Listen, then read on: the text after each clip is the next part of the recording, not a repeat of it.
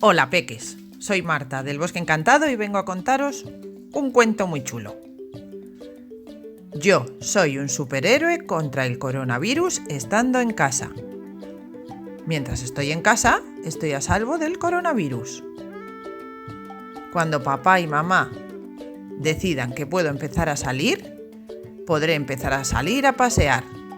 Pero para poder hacerlo, hay que seguir unas normas.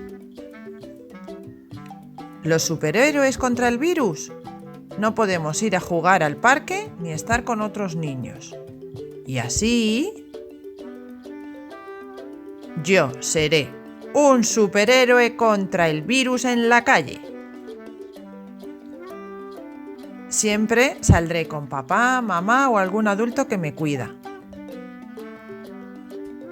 Para protegerme del virus, por la calle yo voy de la mano de papá o de mamá.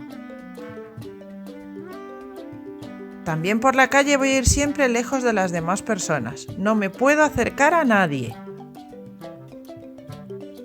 Tampoco debo abrazar, dar besos ni tocar a los demás, porque como tengo que estar lejos de ellos, aunque sean amigos, es mejor no hacerlo. Los besos y los abrazos son para papá, mamá, los hermanos o las personas que viven con nosotros. En la calle y en todos los sitios fuera de casa, tengo que tener mucho cuidado de no tocar las cosas. Si no sé cómo hacerlo, papá o mamá me dirán la contraseña. ¡Las manitas!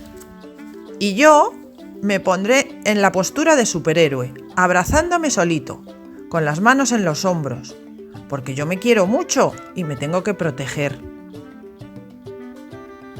Cuando volvamos a casa, lo primero, quitarme los zapatos en la entrada y luego ir corriendo a lavarme las manitas con agua caliente y durante todo el tiempo que dure la canción que más me gusta.